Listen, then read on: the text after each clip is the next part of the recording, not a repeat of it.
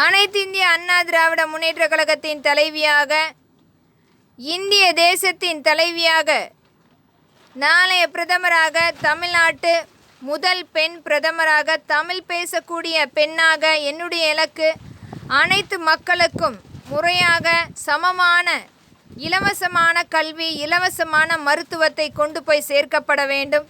நம்மளுடைய அனைத்து இந்திய அண்ணா திராவிட முன்னேற்ற கழகம் ஆட்சி அமைக்கும் போது இது அனைத்துமே முறைப்படுத்தும் சட்டமாக ஒழுங்குபடுத்தப்படும். அது மட்டுமில்லை, அனைத்து மக்களுக்கு ஏற்ப விலை நிர்ணயம் செய்து முழுமையாக பாதுகாக்கப்பட வேண்டும். அதிலும் தங்கம் விலை கண்டிப்பாக குறைத்து மக்களுக்கு அது ஆபரண தங்கமாக கொண்டு போய் சேர்க்கக்கூடிய திட்டமாக மாற்றம் செய்யப்படும். நம்முடைய தங்க பாதுகாப்பாளர் சட்டத்தின் கீழ் முறைப்படுத்தும் சட்டமாக தங்கத்துக்குரிய இறக்குமதி வரி குறைக்கப்படும். அந்த இறக்குமதிக்கான அனைத்து திட்டங்களும் நம்முடைய இந்திய தேசத்துக்குள் அதிகமான இறக்குமதி செய்வதற்கான திட்டம் அமலாக்கம் செய்யப்படும். ஒரு தனிநபர் ஆதிக்கமாக மிகைப்படுத்தி கொண்டு அரசியல் ரீதியாக பினாமிகளாக எண்ணற்ற தங்க அடமான நிறுவனங்கள் இயக்கிக் கொண்டிருக்கும் அனைத்துக்குமே தடை பாதுகாப்பாளர் சட்டம் முறைப்படுத்தப்படும்.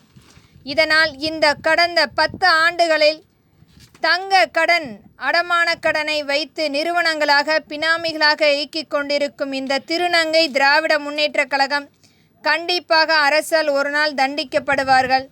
இவர்களுடைய ஆதிக்கம் முழுமையாக முற்றுப்புள்ளி வைக்கும் நாளும் வந்து கொண்டிருக்கிறது. ஆனால் மக்களிடத்தில் இருக்கும் அனைத்து தங்கத்தையும் இன்றைக்கு இது போன்ற எண்ணற்ற தங்க அடமான நிறுவனங்கள் போலியாக ஏற்படுத்தி முழுமையாக பறித்து இன்றைக்கு ஒரு தனிநபர் ஆதிக்கமாக தமிழக அரசை ஆண்டு கொண்டிருக்கும் இந்த திருநங்கை திராவிட முன்னேற்ற கழகம் மக்களால் தண்டிக்கப்படுவார்கள். இதற்குரிய அனைத்து திட்டங்களும் நம்மளுடைய தடை பாதுகாப்பாளர் சட்டம் முறைப்படுத்தப்படும்.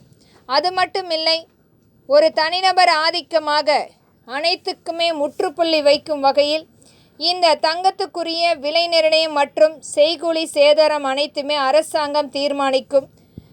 அனைத்து செய்கூலி சேதாரம் 5% குறைக்கப்பட்டு மக்கள் எளிமையாக அவர்களுடைய ஆபரண தங்கமாக வாங்கக்கூடியதாக குறைத்து மக்களிடத்தில் கொண்டு வந்து சேர்க்கப்படும்.